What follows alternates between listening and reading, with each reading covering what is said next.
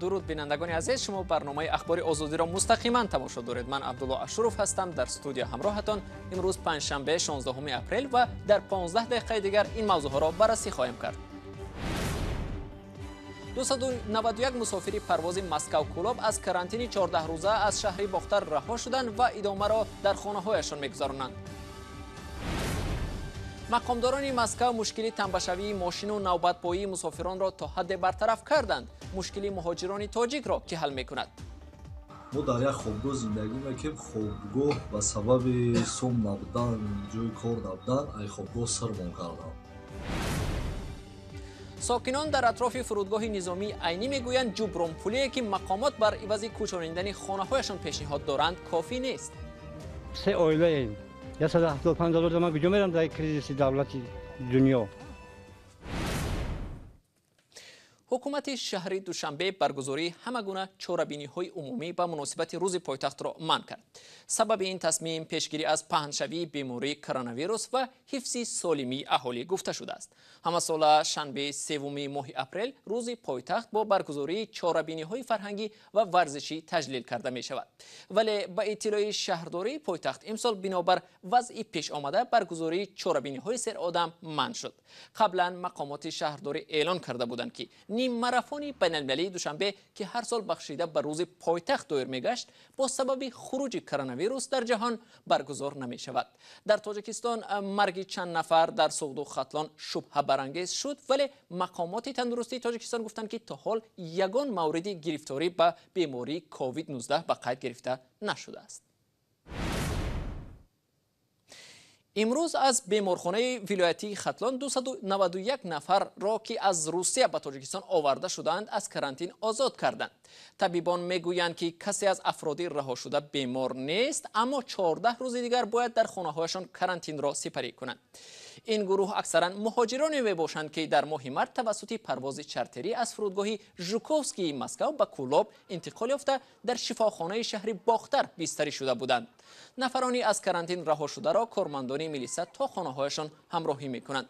در این راستا در ولایت ختلان ستاد مبارزه با بیماری کووید 19 تأسیس یافت، اما طور از نوارهای جلسه این ستاد دیده می شود حاضران قاعده های مسافه اجتماعی و ببر کردن نقاب طبی را سراسر رعایت نمی کنند. آرزوی کریم گزارش می دهد. مقامات ولایت ختلان برای پیشگیری از سرایت و پهنشوی کرونا ویروس ستاد مخصوص تشکیل کردند. در اینجا پزشکان با کارمندان مؤسسه ها و خوانندگان ملاقات کردند. طبیبان به سوالهای اهل تالار درباره ویروس نو پاسخ میگویند. کارهای دزینفکسیونی امروز باید در سطح ضروری به راه مانده شود از طرف اداره‌های دزینفکسیونی و نظارت از طرف مرکزهای نظارت دولتی سانیتری اپیدمیولوژی. ظریف ماه قادر و هم از جلسه مخصوصی که برای پیشگیری کرونا ویروس بود با اطلاعی بیشتر بیرون شد. نمی دستات با خلار بشوی، با صابون بشوی، همین دستگیری کنی که برای همین کرونا ویروس کسلا چی نشود نگذارند. بیمارخانه مرکزی ولایت ختلان مثل هر وقت سیر آدم نیست. در صحن بیمارخانه احیان طبیبان رفت آمد می کنند. بیماران را هم قبول نمی کنند. در اینجا تنها 403 نفر که بیشتری آنها مهاجرانی از روسیه برگشتند کرانتین شدند. در پی همگیر شدن بیماری کووید 19 مقامات بیمارخانه را برای پیشگیری آن آماده کردند. مقامات میگویند تا حال در تاجیکستان کسی به ویروس نو سرایت نشده است، ولی حدود 2000 نفر اساساً آنهایی که از خارج کشور به تاجیکستان آمدند در کرانتین قرار دارند.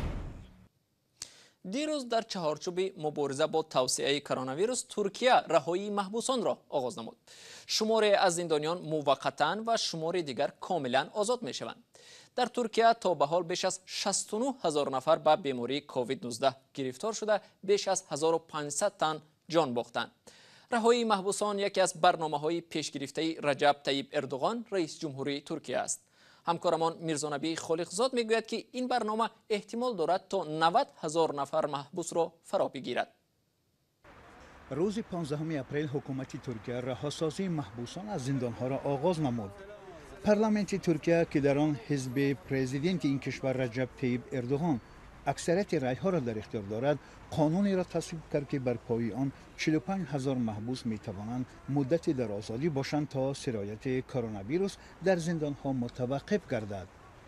زندانیان رها شده زیر نظارت نهادهای دادگاهی قرار می گیرند و وزارت عدلیه امکان خواهد داشت که در حالت ضرورت 3 دفعه مدت رهایی محبوسان را تمدید کند.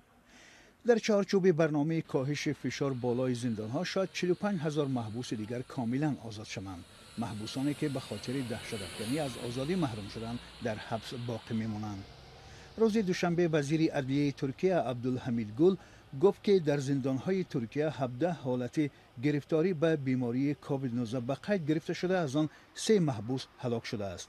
و افزود که انگیزه بیماری کووید 19 ویروس نو کرونا در تن 79 ناظر محبس‌های ترکیه تشخیص شده است. در مورد بیماری کووید 19 سوال‌ها زیادند، از جمله اینکه این بیماری از مریضی‌های مثل پنیمونیا و یا التهاب شش چه فرق دارد. همکارم خیرامان بقازاده در یک مصاحبه از دانشمند چخ یرژی چرنی ویژگی‌های سرایت کرونا ویروس و بیماری کووید 19 را پرسید. مرحله اینکوباسیون سارس کوو 2 طولانی است. به همین خاطر است که در آزمایش‌های دوره اولی بعد سرایت‌یابی پاسخ آزمایش‌ها به طور غیر واقعی منفی می‌باشد. تا پیدا شدن اولین نشانه‌های کلینیکی ویروس در بدن انسان تا 2 هفته وقت می‌گذرد و به همین خاطر هم خیلی مهم است که همه افراد احتمالاً آلوده شده در کرانتین بمانند و در دوام دوره اینکوباسیون چندین بار از آزمایش گذرند. یرژی چرنی دانشمند چخ بود که به همکارم خیرامان بقازاده درباره ویژگی‌های بیماری کووید 19 گفت. بیننده ارجمند شکل کامل این مصاحبه در سامانه www.azadi.org و هم شکل ویدیویی آن در صحیفه آزادی ویدیو در شبکه اجتماعی یوتیوب دسترس است و آنجا میتوانید ببینید. در ادامه برنامه درباره وضع مهاجران کره تاجیک در شهر مسکو در شرایط سخت‌تر شدن تدبیرهای ضد ویروسی خواهیم گفت. حالا توجه کنید به یک آگاهی.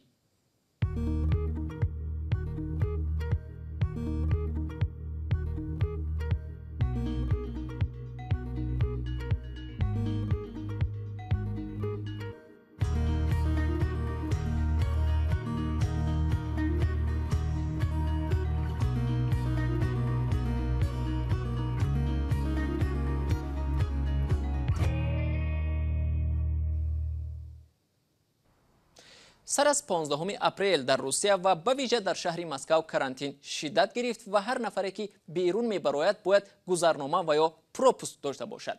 در ساعت‌های اولی جاری کردن رژیم تنبشوی بزرگ ماشین ها در درآمدگاه های شهر مسکو و نوبت پایی مسافران در نزد ایستگاه های مترو به وجود آمد. سرگئی سبیانین میری شهر مسکو از کارمندان پلیس درخواست کرد که گذرنامه های ساکنان را انتخاباً سنجند، نه سراسری، چون نوبت پایی با وجود نآید که می تواند باعث بیشتر گسترش یافتن ویروس شود. حکومت روسیه برای شهروندانش که در خانه نشستند معاش و یاری‌های دیگری مالیوی وعده کرده است. اما مهاجران کره تاجیک از این گونه کمک‌ها برخوردار نیستند. بنابر تشدید یافتن تدبیرهای پیشگیری از ویروس، همکاری خود را از دست دادند و قسمی از جای زیست محروم شدند، زیرا اجاره دهندگان آنها را از پرداخت اجاره و دولت از پرداختن پول پتنت آزاد نکردند. در یک نواره که مهاجران از شهر مسکو فرستادند، آنها شرایط بود و باش خود را در چنین وضعیت تصویر کردند. ما در یک خوابگاه زندگی میکنیم. خوابگاه به سبب سوم نبودن، جای کار نبودن، ای خوابگاه سرمون کردم. حاضر در یک کوارتیر اجاره گرفتگیم، کوارتیر شتگیم. همین کوارتیر هم پدوافروس است. حاضر در بیرون در همین مسکو وضعیت بزیبای برآمدن نمیشود. جای کار استرویکا در کار میکردیم، ما سبب پروپوسک نبودن استرویکا را محکم کردن. در همین حال حامیان حقوق در مسکو برای مهاجرانی که برای به کوچه برآمدن احتیاج دارند در گرفتن گذرنامه و یا QR کد یاری میرسانند. اکثریت برای ما زنگ میزنند و از ما کمک طلب میکنند و یا اینکه به بعضی مهاجران بیمار هم هستن، ما با بیمارخانه ها زنگ میزنیم یا اینکه رفته در همون بیمارخانه ها اونها رو با عیادت اونها با بیمارخانه ها می رویم، یا اینکه بسیار از مهاجران زنگ میزنن که ما با کارفرمای اونها یعنی صحبت کنیم که تو اینکه برای اونها یک مقدار اوانس دیان، یا اینکه با صاحب خانهشون صحبت کنیم تو اینکه همین پول اجاره همین خانه هایشون رو بعدتر سپارن. در شرایط خروج کرونا ویروس در روسیه و پیش آمدن بحران، قسمی از مهاجران منتظر باز شدن راه‌ها هستند چون می‌خواهند به تاجیکستان بازگردند. مسئله بازگردان شهروندان از روسیه به تاجیکستان در گفتگوی تلفنی نخست وزیران دو کشور قاهر رسولزاده و سرگئی میشوستین مطرح شده بود، اما نتیجه این بررسی‌ها هنوز معلوم نیست. مقامات تاجیکستان میگویند تا 1 می مسئله تشکیل پروازها به روسیه اصلا مطرح نیست. در حالی که در حصار خسارات سیل را حساب میکنند، منزل‌های ساکنان در کنار فرودگاه نظامی عینی از آبخیزی و بارشات زیاد آسیب دیده است، اما ساکنان نمیتوانند خانه‌هایشان را بازسازی کنند. قرار است زمین خانه‌های آنها به حدود فرودگاه نظامی همراه کرده شود، اما ساکنان از مقامات طلب دارند خرج کوچانیدن خانه‌هایشان پرداخت شود.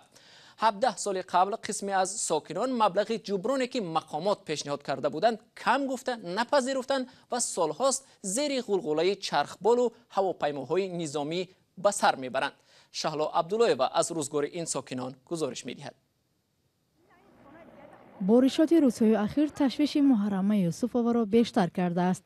سیل دیوار و حولی او را که در کنار فرودگاه نظامی عینی قرار دارند خراب کرد. یوسفووا نمیتواند خانه‌اش را تعمیر کند چون برای این کار اجازه ندارد. نه میخزونند نه میگفت که غم کودکان 6 نفر کودک میده قدیما دلم میای آوی تینتکم روز درست قراولم. حولی او و چند همسایه دیگرش باید به فرودگاه نظامی همراه کرده شود، اما با گفته این ساکنان ناحیه رودکی مقامات حاضر نیستند مبلغ ضروری مال و ملکی آنها را پرداخت کنند. از سال 2003 ما زمین دادن که میکچونند پول مونا ندادن که پولاتون میتن شما را میکچونن. اومدن خونه مونا نقدگذاری کردن 175,000 سه عائله ایم. 175,000 من کجا میرم در کریزیس دولتی دنیا. با گفته ساکنان حالا در این دهه بیشتر از 140 خودجگی زندگی میکنند. قسمی از آنها دوام 17 سال با جبرانی پیشنهادی مقامات راضی شده به زمین‌های نو کوچیدند، اما ساکنان باقی مانده با طلب بیشتر کردن مبلغ جبران ماندند. یخی آدم روزا یخیش نوریزا اکثریتش نوریزا مردم با ورتالدو پران روز با طور خونم داد تو سامالات گودکا کی میگریزا دور بور تریزا میلارزا گو کی زمین جمی گودکو شوک در زندگی دارن اج مردم. شکایت این ساکنان در حالی است که مقامات میخواهند حدود فرودگاه نظامی عینی را تا 250 گکتار وسیع تر کنند، چون به گفته مقامات مساحت فعلی فرودگاه برای استفاده هواپیماها خرد است. بر اساس برنامه وسیع کردن فرودگاه نظامی عینی می بایست حدود 400 خانواده در حصار و رودکی به جای دیگر کوچ داده می شدند. حالا مقامات می گویند ساکنان باید همان سالهای اول به جبرانی معین شده راضی شده زمین های فرودگاه را خالی می کردند، زیرا در حال حاضر پرداخت مبلغ طلب کرده ساکنان که حدود 50 میلیون سومانی را تشکیل می دهد امکان ناپذیر است. این فرودگاه حالا در اجاره پایگاه 201 روسیه قرار دارد. سازمان عفو بین الملل و یا امنستی اینترنشنال قرارگاهش در لندن روز 16 اپریل گزارش نوی خود را درباره وضع حقوق بشر در سال 2019 در اروپای شرقی و آسیای مرکزی نشر کرد. مؤلفان گزارش گفتند مقامات با بهانه تامین امنیت و ترتیبات جمعیتی فعالان سیاسی، وکیلان مستقل، ژورنالیستان و نمایندگان اقلیت‌های جنسی و نزدیکان آنها را تعقیب می‌کنند. بیننده ارجمند، اینجا رسیدیم به پایان برنامه امروز. تشکر از شما که تا این لحظه ها با ما بودید. اخبار از این بیشتر را در سامانه رادیو آزادی www.azadi.org میتوانید مطالعه کنید و گزارش ها را در صحیفه آزادی ویدیو ببینید. صبح بر وقت شما را با نویدهای تازه در نوید بامدادی منتظریم. تا آن دم خدا نگهداری هر یکی شما باشد.